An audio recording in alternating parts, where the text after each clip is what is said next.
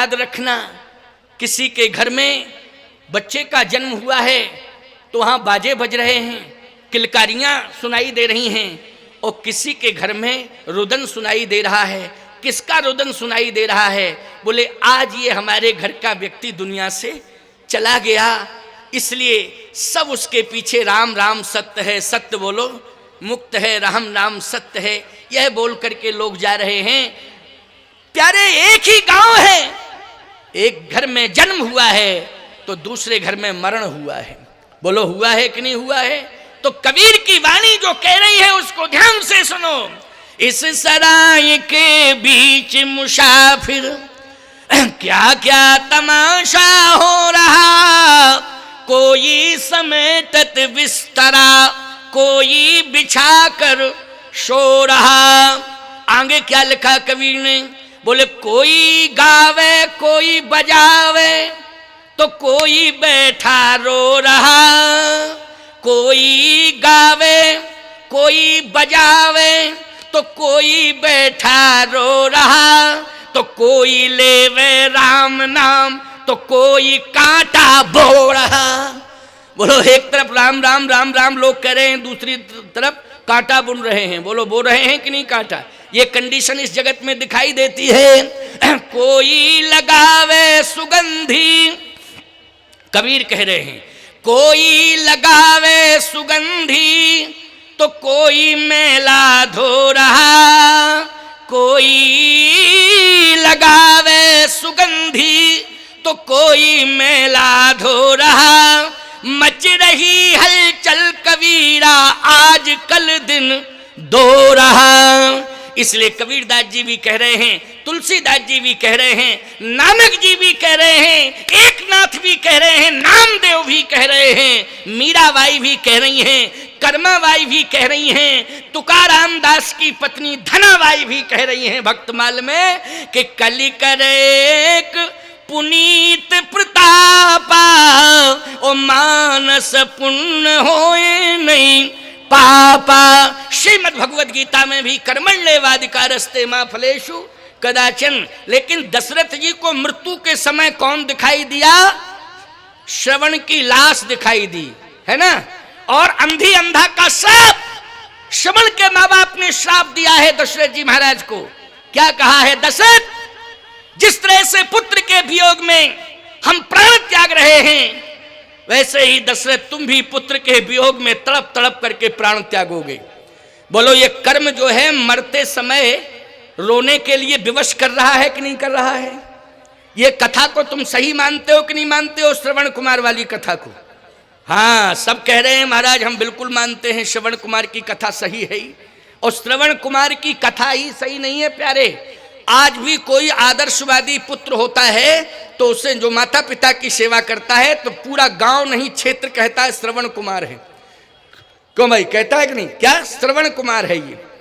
एक गांव में एक लड़के को पूरा गांव कहे श्रवण कुमार, तो एक लड़का चिढ़ने लगा, नाराज होने लगा। बोले तुम्हारा नाम श्रवण कुमार है नहीं, तुम्हारा नाम तो और कुछ है, तुम्हारा नाम धन सिंह है, लेकिन तुम श्रवण कुमार। उसने कहा भैया हम श्रवण कुमार थोड़ी कहते हैं, गांव वालों से जाके कहो कि गांव वाले पूरे श्रवण कुमार कहते। अब उसने डंडा लेकर के गांव में राउंड देना शुरू किया। बोले एक बात बताओ, धन सिंह को श्रवण कुमार क्यों कहते हो? धन सिंह को श्रवण कुमार क्यों कहते हो? धन सिंह को श्रवण कुमार क्यों कहते हो? गांव वाले बोले वो माता पिता की सेवा करता है, जो माता पिता की सेवा करता है वो बालक श्रवण कुमार होता है। बेवकूफ़ी का परिचय मत दो, ये लाठी फाटी डंडा ले जाओ अपना एक तरफ। अगर तुम भी माता पिता की सेवा करने लगो तुम श्रवण कुमार बन जाओगे, उसमें क्या दिक्कत की बात है? हम पूरे गांव के लोग कल से तुमको श्रवण कुमार कहेंगे। उसने कहा ठीक है। अब 2 दिन 3 दिन 4 दिन हो गए, लेकिन किसी ने उससे श्रवण कुमार नहीं कहा। धन सिंह को सब कहे श्रवण कुमार। फिर उसने लाठी उठाई, पूरे घर घर में गया। बोले एक बात बताओ, आप लोगों ने कहा था कि श्रवण कुमार कहेंगे, आज तक कोई गांव के लोगों ने हमको श्रवण कुमार नहीं कहा। अरे ये कहा था माता पिता की सेवा करो तब तुम श्रवण कुमार बन पाओगे, तो श्रवण कुमार ऐसे थोड़ी कहा जाएगा तुम्हें। तो माता पिता की सेवा क्यों नहीं करते हो? तो उसने कहा श्रवण कुमार हम तब बने तब सेवा करें माँ बाप की, जब माँ बाप अंधे हो तब ना। अभी माँ बाप अंधे नहीं है तो हम कैसे सेवा करें? तो सीधी सी बात समझ में आ रही है कि नहीं? आजकल के लड़कों की नकारात्मक सोच है। कैसी सोच है? नकारात्मक सोच है प्यारे। लेकिन ध्यान से मेरी बात को सुनना। श्रवण कुमार मातृ पितृ भक्त है। ये कर्म दशरथ जी का बिगड़ा है, भूल से बिगड़ गया, धोखे से बिगड़ गया कर्म। और जब धोखे से कर्म बिगड़ा, उसी समय श्रवण के माँ बाप ने श्राप दे दिया कि दशरथ तुम भाग्यवान जरूर हो, लेकिन तुम्हारा भाग्य और सौभाग्य आज दुर्भाग्य में मैं बदल रहा हूं, क्योंकि तुमने मेरे सौभाग्य को दुर्भाग्य में बदला है। आज मैं श्राप दे करके तुम्हारे भाग्य और सौभाग्य को दुर्भाग्य में बदल रहा हूं। जिस तरह से पुत्र के वियोग में तड़प तड़प करके हम प्राण त्याग रहे हैं, वैसे ही पुत्र के वियोग में तड़प तड़प करके तुम भी प्राण त्यागोगे। ये श्राप देता हूं। और श्राप दे करके श्रवण के माँ बाप ने महाप्रयाण कर लिया। बोलो यहीं कर्म बिगड़ा कि नहीं बिगड़ा? कर्म बिगड़ गया यहाँ। अब भगवान राम ने जो बात गीधराज जटायु से कही थी कि जल भर नयन कहें रघुराई, तात कर्म ते निज गति। कर्म से आप जा रहे हैं, मेरे प्रयास से आप नहीं जा रहे हैं। यहाँ दशरथ जी महाराज हरिधाम नहीं जा रहे हैं, सुरधाम जा रहे हैं। बोलो किससे जा रहे हैं? अपने कर्म के प्रयास से। किसके प्रयास से? कर्म के प्रयास से। इसलिए राम राम कही राम कही, राम राम कही राम, तन पर हरि रघुवर विरहे, राव गए सुर धाम। बोले सुरधाम में क्या है? बोले इंद्र रहता है, सुरधाम में अप्सराएं रहती हैं। बोलो रहती हैं कि नहीं? जितने प्रकार की सुविधाएं हैं सब स्वर्ग में रहती हैं। अच्छा एक बात बताओ, कौन सी विशेषता हो गई? जितने प्रकार की सुविधाएं थी अयोध्या में थी। बोलो थी अयोध्या में कि नहीं? और वही स्थिति स्वर्ग में अगर मिल रही है तो कोई बहुत बड़ी विशेषता है क्या? कोई विशेषता नहीं। विशेषता है हरिधाम जाने की, बैकुंठ जाते तब विशेषता होती। बोले बैकुंठ में क्या रहता है और स्वर्ग में क्या रहता है?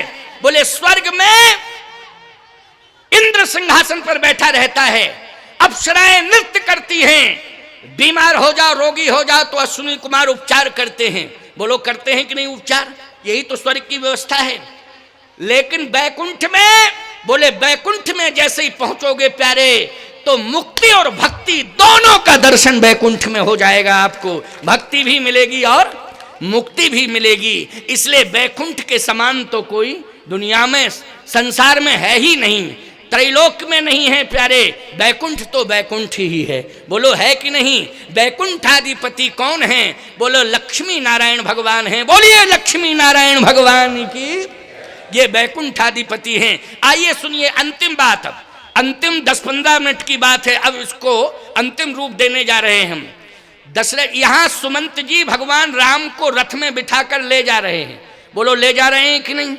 और जाके पहुंचे कहां? बोले तमसा नदी के तट पर पहुंच गए सुमंत जी।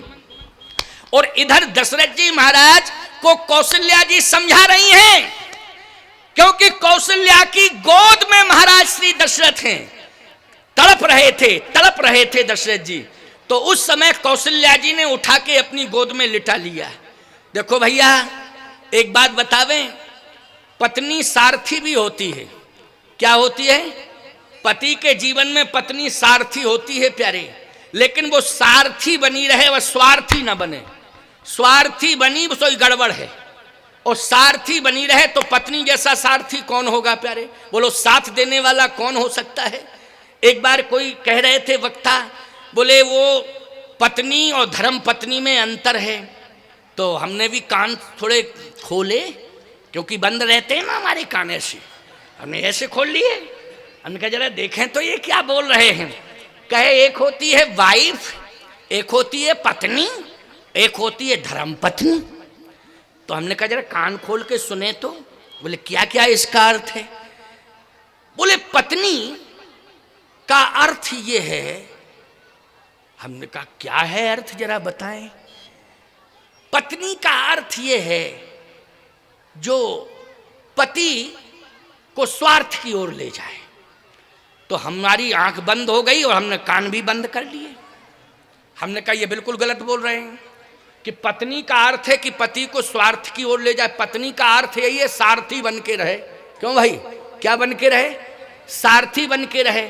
और धर्म पत्नी का अर्थ है कि स्वार्थ से निकाल के धर्म में लगावे। तब फिर मैंने कहा सुनो कान खोल करके अब मेरी बात, पत्नी और धर्म पत्नी में इतना